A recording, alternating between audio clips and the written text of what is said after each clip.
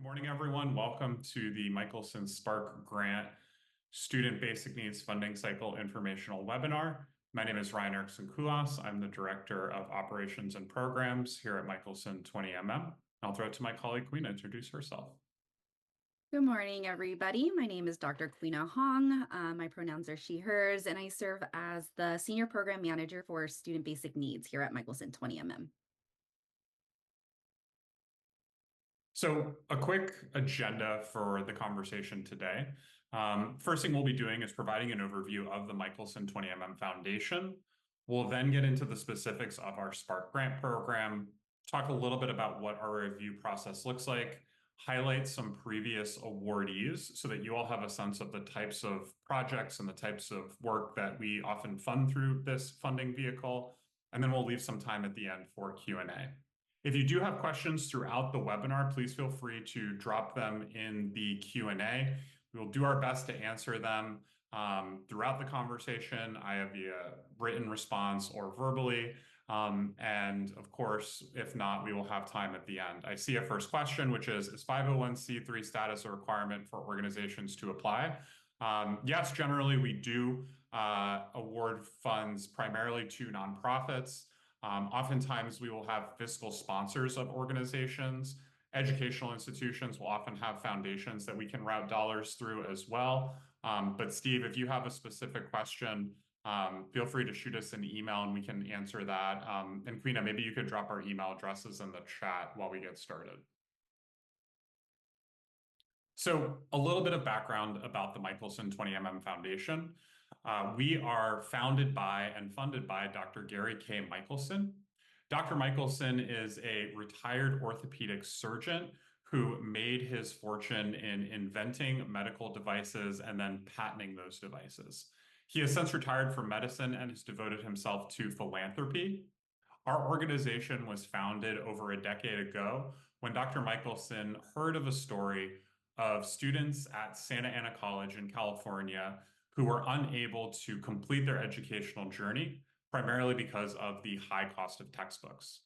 At the time, he started a scholarship for that, but realized that that didn't necessarily attack the heart of the affordability issue. And so one of our earliest grants was to an organization called OpenStax, which creates openly licensed educational instructional material. And from that, we have grown to tackle a variety of issues in and around higher education. Outside of the Michelson 20MM Foundation, Dr. Michelson has a variety of other philanthropic interests, including a medical research foundation, as well as an animal welfare foundation. So we at 20MM seek to accelerate progress towards a more just world by investing in change makers, policy, to ensure that folks can really activate their full potential. What do we do? So we have a variety of different programs and focus areas within the 20MM Foundation. The first that I'll talk about is the Michelson Institute for Intellectual Property, or Michelson IP Institute. This came out of Dr. Michelson's background as an inventor. Obviously, he was able to capitalize on his IP, and so he wants to provide students, entrepreneurs, inventors with resources to have a better understanding of what the IP system looks like and giving them the tools to be able to capitalize themselves. We have a variety of different materials available where individuals can go on and do self-paced learning. We can also provide content to educational institutions to incorporate IP curriculum into their classes. We operate an impact investing fund, Michelson Impact Ventures. This is a part of our organization that invests in equity stakes in for-profit startup companies that are generally mission aligned. So looking at companies that are looking to accelerate student success within the education system. And then I'll touch briefly on 3 of our other focus areas, and then turn it over to Quina to talk a little bit about the student basic needs work. So our digital equity initiative is our newest initiative within the organization, and it really launched out of the COVID-19 pandemic. What we saw was students transitioning to studying remotely and realizing that there were deep inequities in who had access to high-speed broadband, what digital literacy looked like across California, as well as access to devices. And so that grew out of the 2020 pandemic and is now one of our key focus areas as an organization, looking to bridge the digital divide within California. Our Smart Justice Initiative looks at the intersection of the criminal justice system and the higher education system and looks to support both currently as well as formerly incarcerated students in their educational journeys as well as in workforce pathways. And then our Open Educational Resources Initiative really grew out of the start of us as an organization, as I mentioned. And so we look to eliminate the cost of instructional materials, essentially removing a barrier for students to be able to complete their degree. And I'll turn over to Quina to talk a little bit about our student basic needs work. Great, thank you, Ryan. So within our student basic needs work, we aim to increase persistence and graduation rates through systems change, technological innovations, research, and policy that helps meet students' basic needs. We aim to tackle the real cost of college, especially those non-tuition costs that place students in positions of housing and food insecurity and overall financial instability. We hope to make partnerships in fun, innovative ways where people are looking to progress students' basic needs while in college here in California. Next slide. And through our Spark grant program, so a little bit about the process and the vision. So our goal is to fund highly impactful initiatives that would not be possible in a traditional grant decision timeline. So our goal is to be fairly quickly in our decision-making process and allowing applicants to hear back from us within 6 weeks of our call for proposals closing. And so our timeline is December 2nd through the 16th. And so LOIs and applications will be on our website beginning December 2nd. A little bit again of in terms of eligibility for our Spark grant, our focus is mainly on organizations that are doing work within California and impacting California institutions or students or and organizations whose work does not impact California are ineligible for this opportunity at this time. And so we are seeking to fund efforts that provide scalable solutions that can impact students statewide and are not limited to one particular campus or institution. We will not be funding initiatives that result in direct assistance to students, such as emergency student aid, laptops or hotspots for remote learning, or food and housing vouchers. I know that that is extremely impactful, especially in the realm of student basic needs. But within this grant cycle, we're looking again for things that are more systemic and create and provide scalable solutions. So we do welcome proposals where the funds are part of the larger overall project with multiple funding streams. So in the next few slides, we'll go over our evaluation framework and what the LOIs will be evaluated on. So we have 6 dimensions of our evaluation: the baseline criteria, alignment with our focus areas for this Spark grant round, the impact of the grant, the measurability or your learning outcomes, the long-term sustainability of your organization, as well as I mentioned before, the scalability of the project. So baseline criteria. So the grant is for grants that are asking for up to $25,000. The grant would cover specific contained milestone focus. And accepted milestones include inflection points, things that may open up for um, additional partnerships, such as enabling a partnership with a market leader or a new proof of concepts. Examples that are restricted are general operating expenses, such as your rent, utilities, as well as ongoing inventory or general working capital.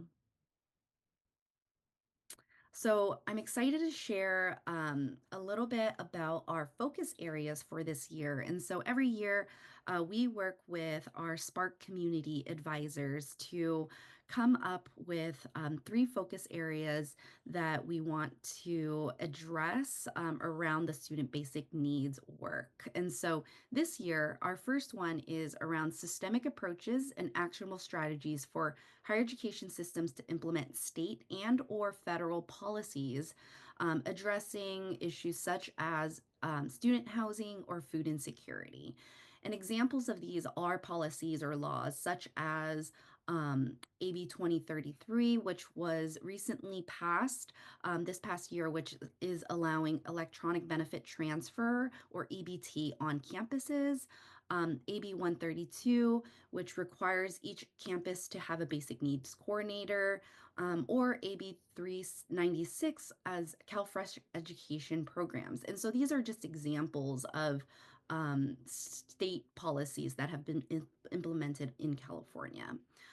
Other examples include addressing the gap in CalFresh enrollment. We know that about 70% of students are not accessing, even though they are eligible for CalFresh and for SNAP. And so we want to be able to close that gap. And so how are we, or how are you addressing that SNAP gap? And then lastly, fulfilling state mandates by strengthening campus capacities and providing basic needs coordinators with technical assistance and training. Our second focus area is around best practices in supporting students who are ineligible for public benefits, state aid, and or federal aid. Students that are ineligible can include, but are not limited to, undocumented students, documented or dreamers, and or international students. So examples again of these can be around research projects that examine the effects or current policies that make students ineligible to access basic needs or an education, as well as things such as implementing allied training or programs for our academic partners or financial aid advisors and faculty members around understanding the limitations that the student population experiences as being ineligible for aid. And then lastly, just equipping them to be able to advocate for these students through those trainings. I believe it continues on the next slide. Yes. So another example can be around best practices in supporting students who are ineligible. So things such as forming committees or task force to review and recommend changes to institutional policies, as well as, again, training students specifically on policy advocacy and ways to advocate for themselves and building their leadership skills to promote their own student power and voice.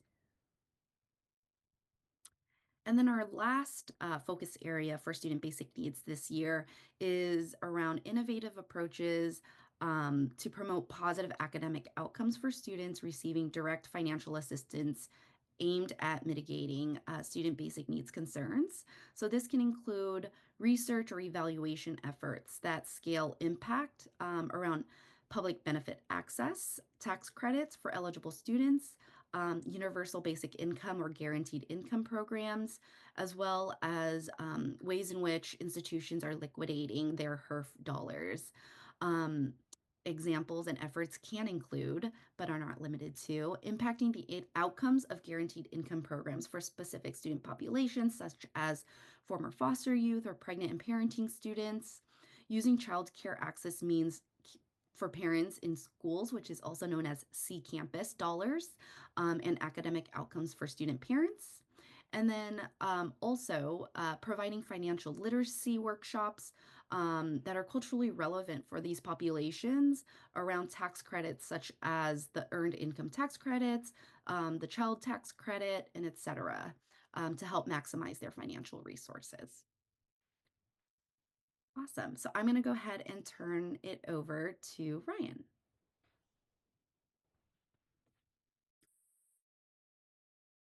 Ryan, you It are muted. helps if I unmute. Thanks, Queen. A little bit more around the work that we look at and how we evaluate proposals. So one of the things that we are interested in is the impact of the grant. So in your LOI, we will ask you to identify key performance indicators as to what impact the grant will have. One of the things obviously that we're interested in is the number of individuals, but beyond that, what impact does this potentially have within the larger space? Similarly, we'll look at the measurability of that impact. So one of the things that we're often interested in is not just kind of what the potential impact could be, but how are you going to measure or how are you going to track that impact? We're particularly interested in what that project timeline is. And Queena mentioned some of those focus areas. So that's the real meat and potatoes of kind of what your proposal will be based on. You'll select one or potentially multiple of those focus areas. We often get the question, would my grant be more competitive if I hit all of the focus areas? Not necessarily. I would certainly recommend folks to select the focus area that they feel is best equipped and kind of best encompasses the work that they are proposing. And then we look at sort of the impact and then the measurability of that impact.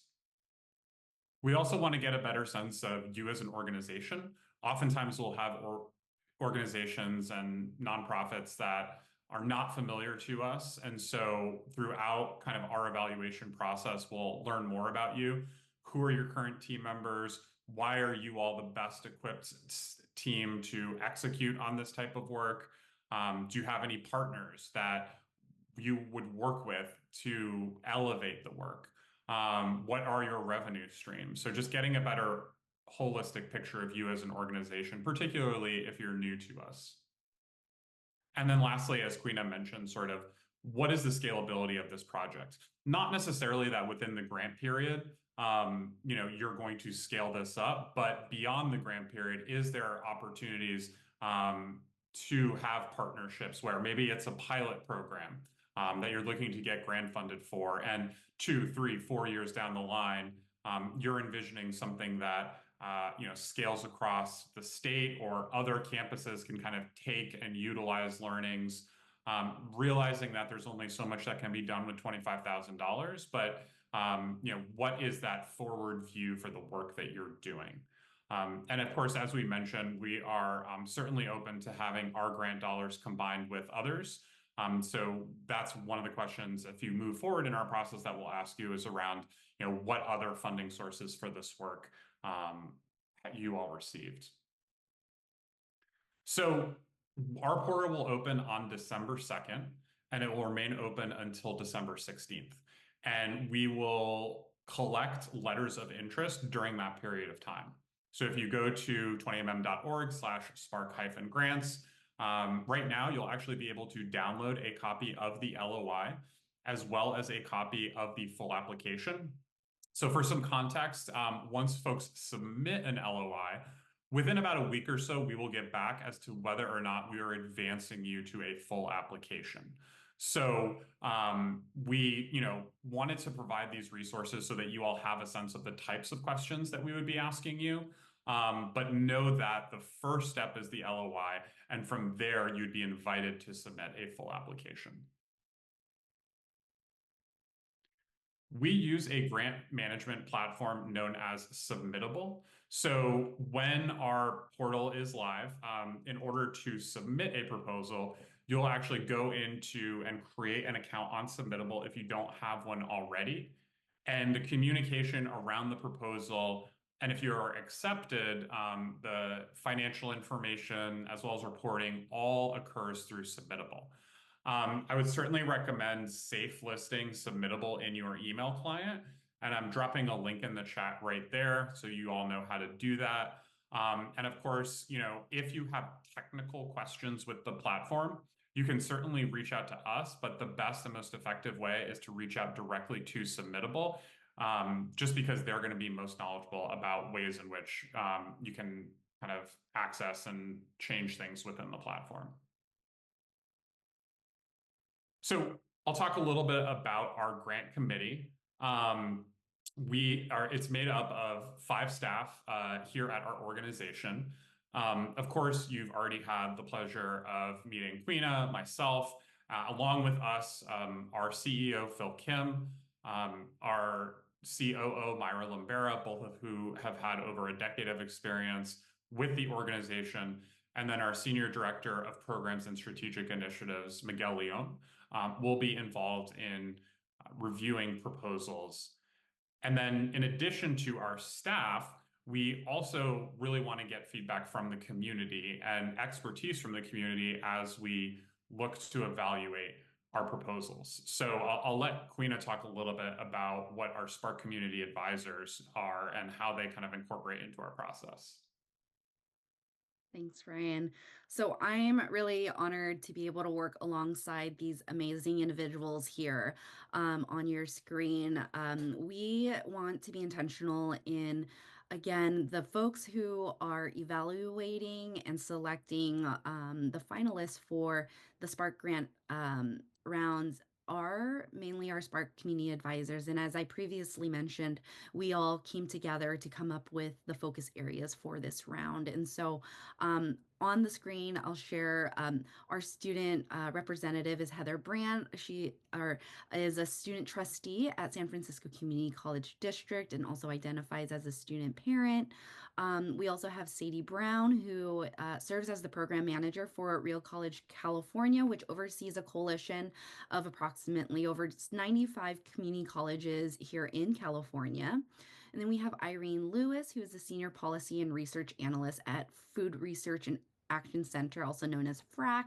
And then Danielle Munoz Channel is the Basic Needs Director at CSU Long Beach and has been doing this amazing work for a number of years and has so much expertise directly around supporting students and their basic needs. And then lastly, we have Myra Nunez Martinez, who is a postdoctoral scholar at UC Davis at Wheelhouse. And so I'm really glad to have these individuals and their expertise again around work for and with basic needs. I believe this is me as well.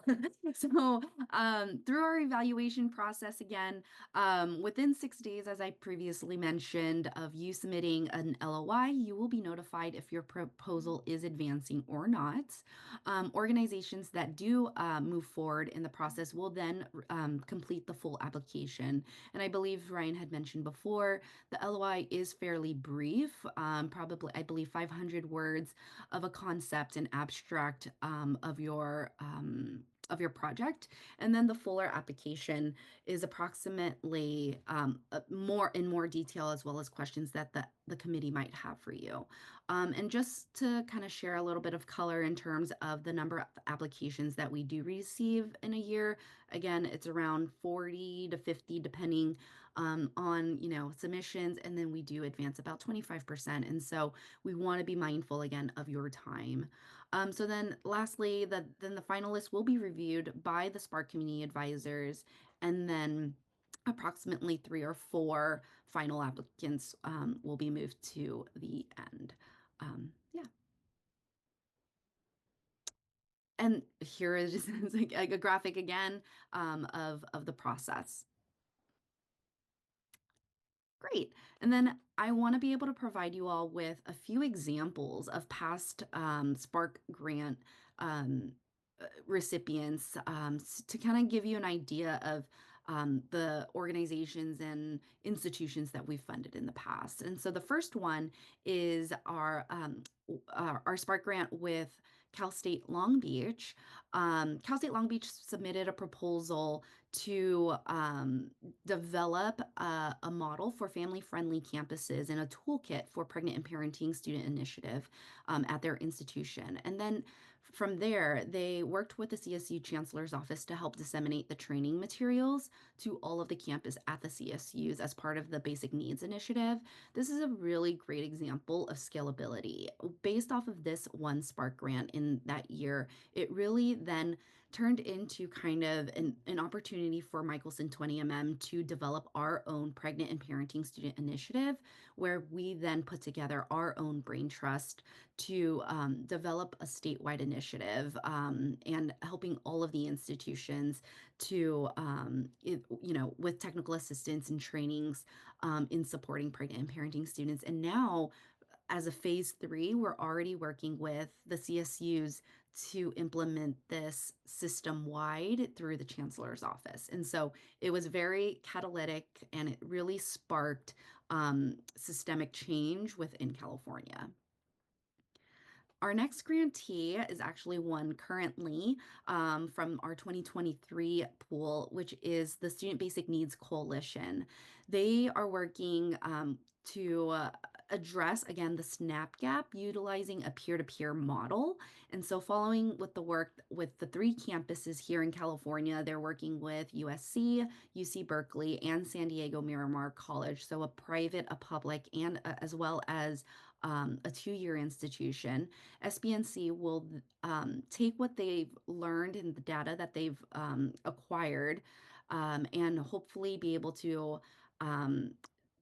implement this nationally to inform the development of SNAP into action to at least an additional 5 campuses afterwards. And I want to just also mention people have asked, like, oh, if I'm not specifically in California, I'm a nationwide or countrywide organization, am I eligible? And yes, SBNC is a perfect example of that. They do nationwide SNAP enrollment with students, but for their project with us specifically, we've asked them or they've proposed that they would work with California institutions. So that's an example of that. And then another grantee was Young Invincible. Their project was around spearheading a student-led research project on implementation of California's AB 132, which was again required basic needs centers or coordinators on each of the college campuses. So they did an evaluation and looked at the implementation of that through the California community colleges and provided a report at the end. And so that was a really great example of evaluating policy and implementation in California. Awesome. I'll hand it over to Ryan. Thanks, Queena.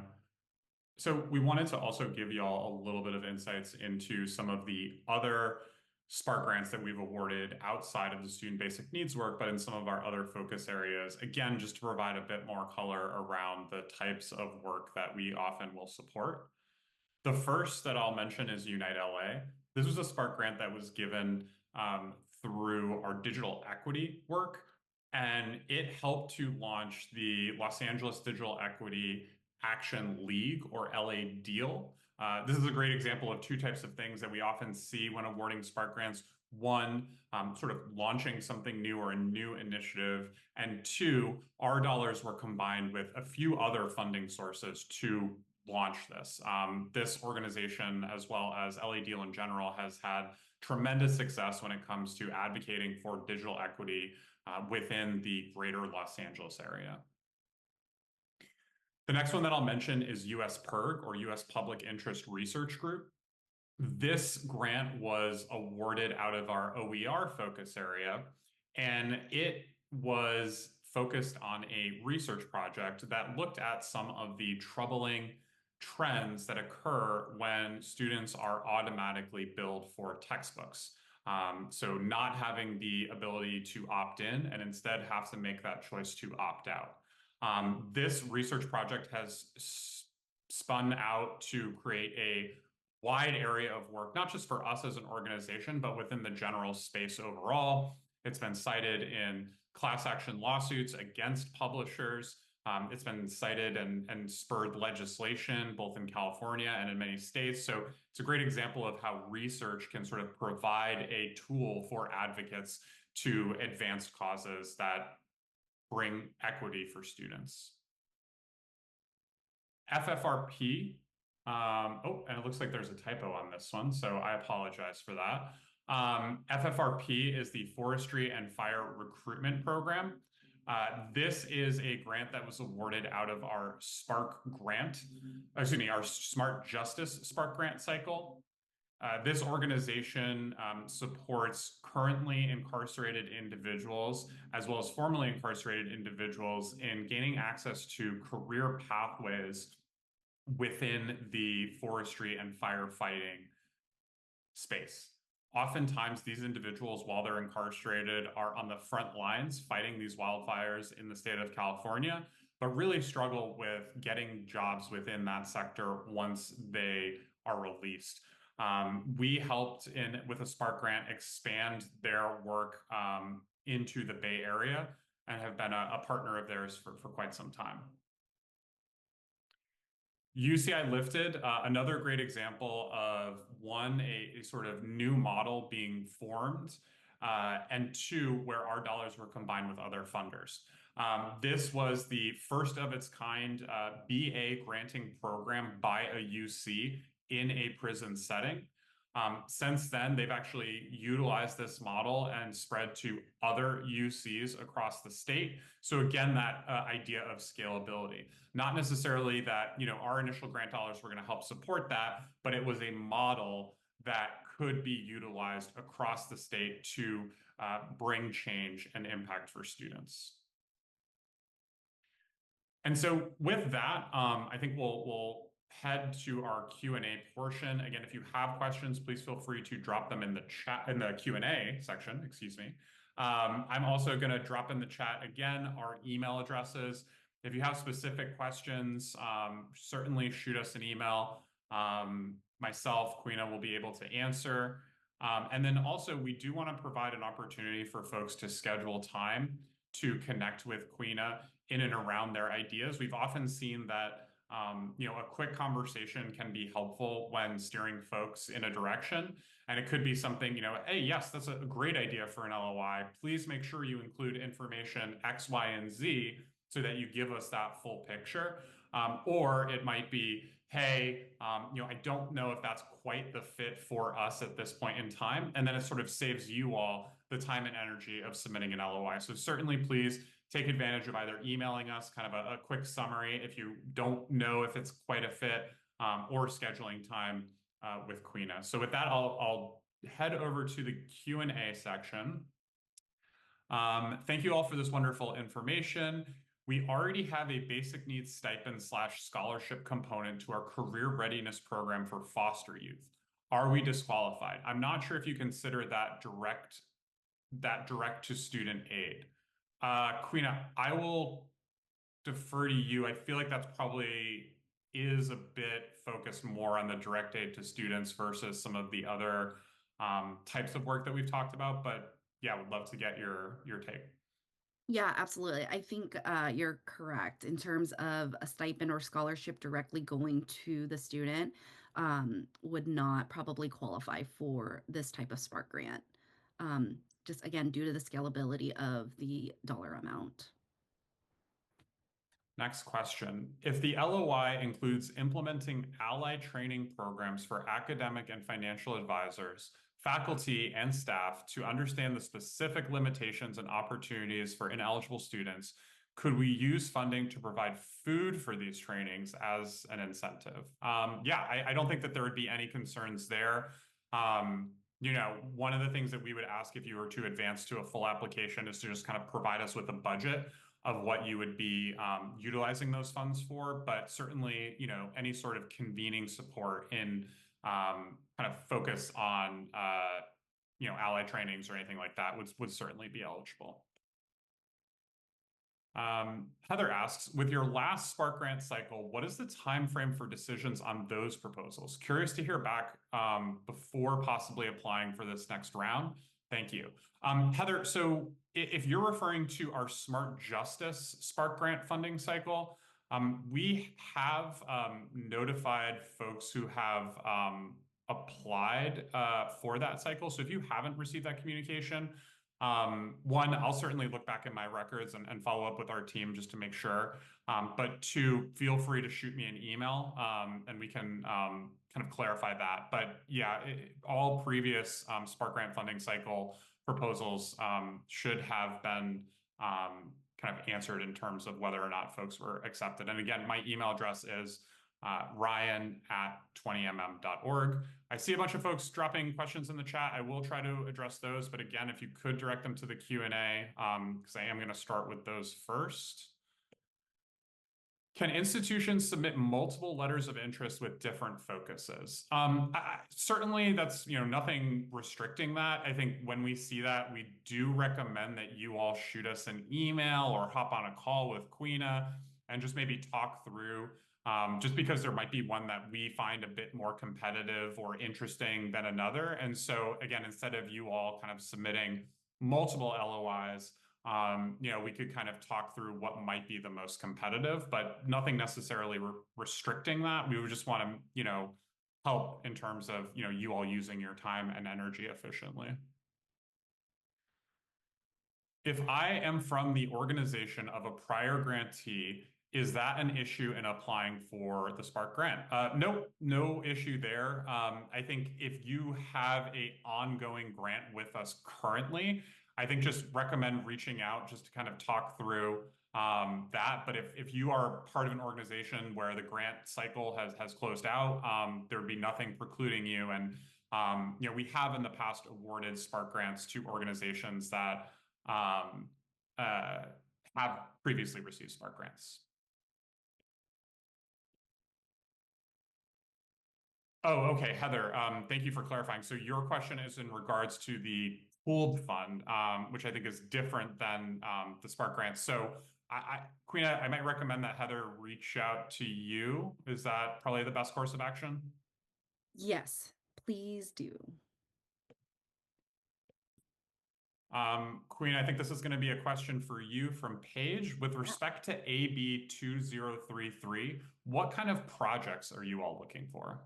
Yeah, definitely. So, an example of 2033, which is again, I believe EBT on campus, implementation, best practices for implementation, how you go about it, how you let students know about it.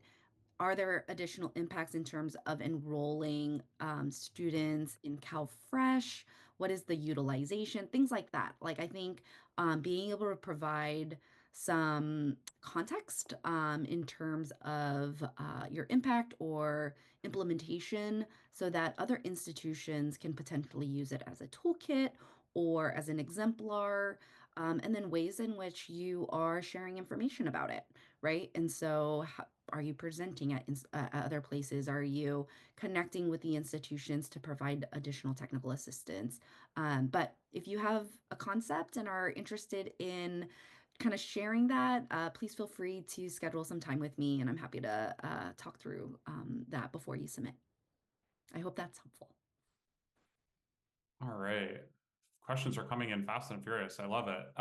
John asks, given your emphasis on scalability, can a small private liberal arts college that is an HSI, Hispanic Serving Institution, in California be competitive? If so, what maximizes project attractiveness? John, I think I might recommend you all shooting us maybe an email to kind of give us a bit of a snapshot on the project that you're thinking. I think what we have generally seen is, again, if it is a kind of pilot program type thing that is being tested out at your institution, but could have the ability to, scale across multiple different campuses after the grant period. If you're working within a network of other colleges and sharing some of those learnings, et cetera. But Queen, I don't know if there's anything else that you would think of in that regard. No, yeah, I think definitely being able to share a little bit more about the project would be helpful, but yeah. Arlen, oh, this is a great question, Arlen. If selected as a recipient of the grant, is there a deadline for when our proposed project should be completed by? Not necessarily a deadline. I think what we generally see is, again, because it is a $25,000 grant, we're not anticipating, multi-year projects. We'll see, a 6 month to 12-month timeline for the vast majority of the projects that we fund. I think we have certainly given awards out to grants that maybe hit that 18-month timeline. Anything beyond that, I think probably isn't quite within the ethos of what we are looking to fund because, again, we're looking to kind of support opportunities that are time sensitive, again, with that kind of like accelerated response time.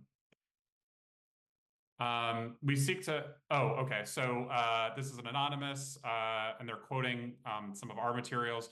We seek to fund highly impactful initiatives that would not be possible if they needed to wade through a traditional grant decision timeline. Can you clarify what types of projects fall within these parameters and why? So again, I think that gets back to kind of the points that I were just making. We're really looking to support work that is time sensitive, that needs a quick amount of cash to get over the hump. And the idea with our Spark Grant program is instead of having a months long process, that kind of quick 6 week response rate would allow you all to do the work that you need to do. Quina, this is probably a question for you. What about the development of work-study programs, not salary or wages, but the development of programs at the community college level? I feel like I would need a little bit more context. Um,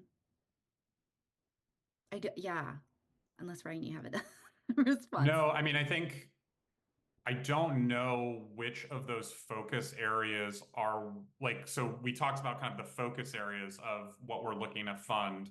I don't know if a work study program development would fall under one of those focus areas, but um, certainly please reach out and maybe shoot us a bit more detail and we can kind of go have a little back and forth there or hop on a call with Quina.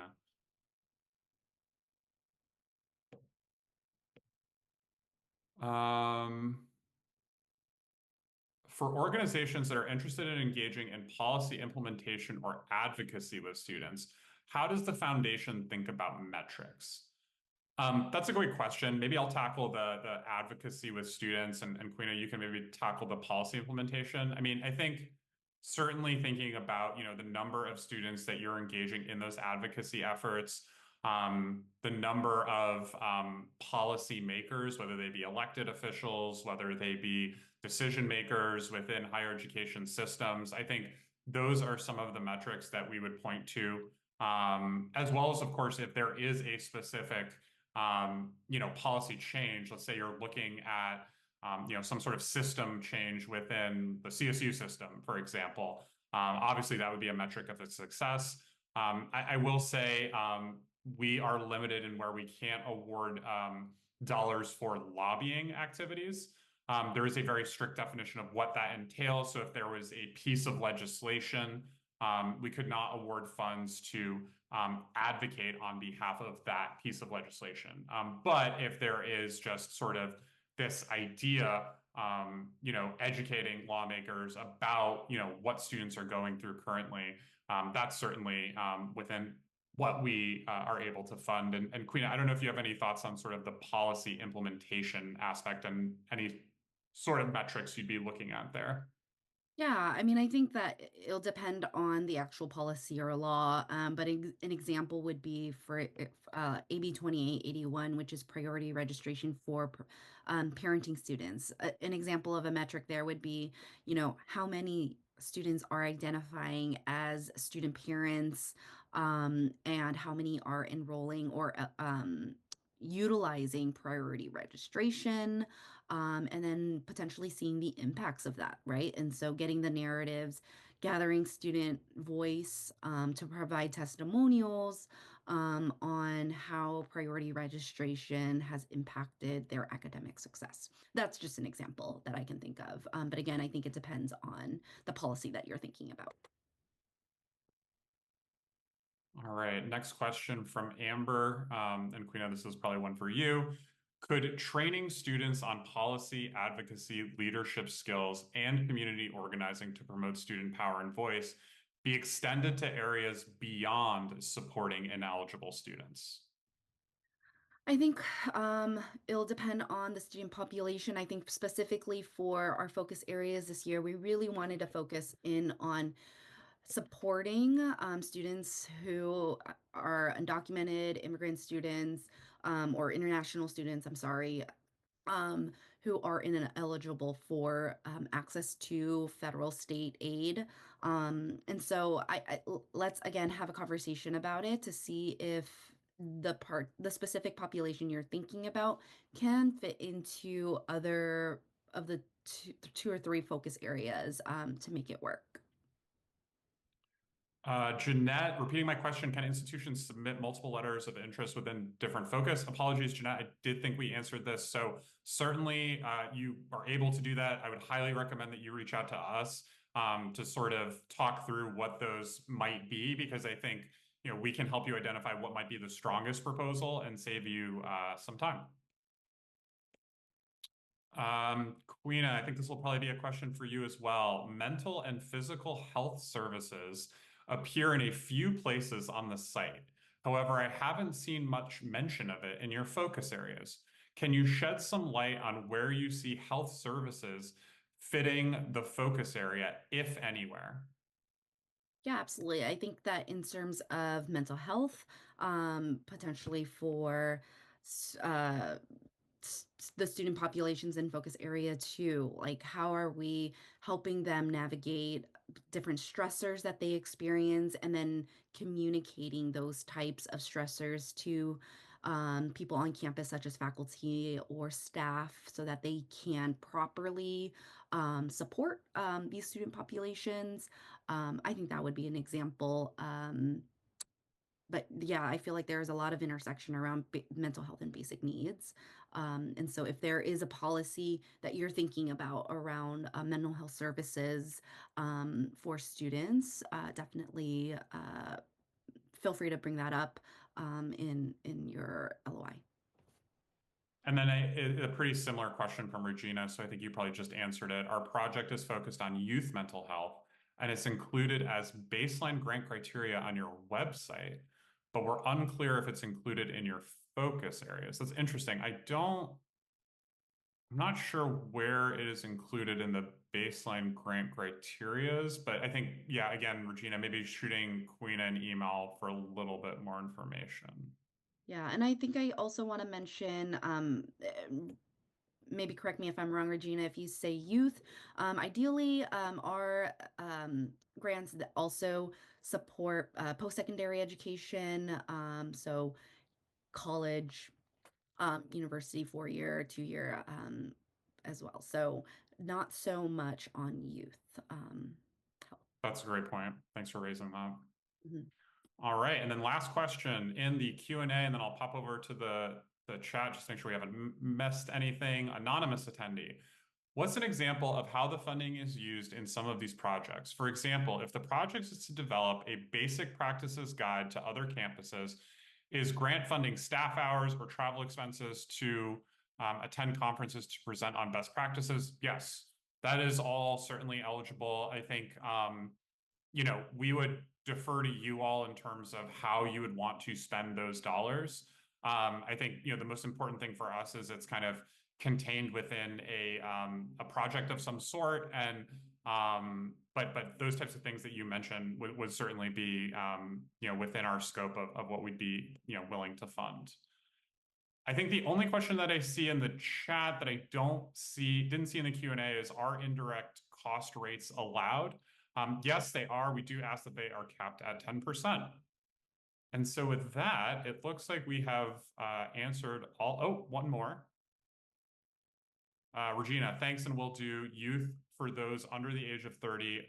Example, high schoolers, foster, college age. Yeah, so certainly, Regina, please shoot us an email or schedule some time to chat with Queena. And with that, it seems like we've answered all the questions. So everyone, you all will receive a recording of this video. You'll receive the link to the slides. You'll receive the link to schedule a conversation with Queena, as well as a copy of the LOI and application so that you can prep for our launch on December 2nd. But with that, really appreciate everyone's time today. Hope everyone has a fantastic Wednesday, and we will talk to y'all later. Thank you.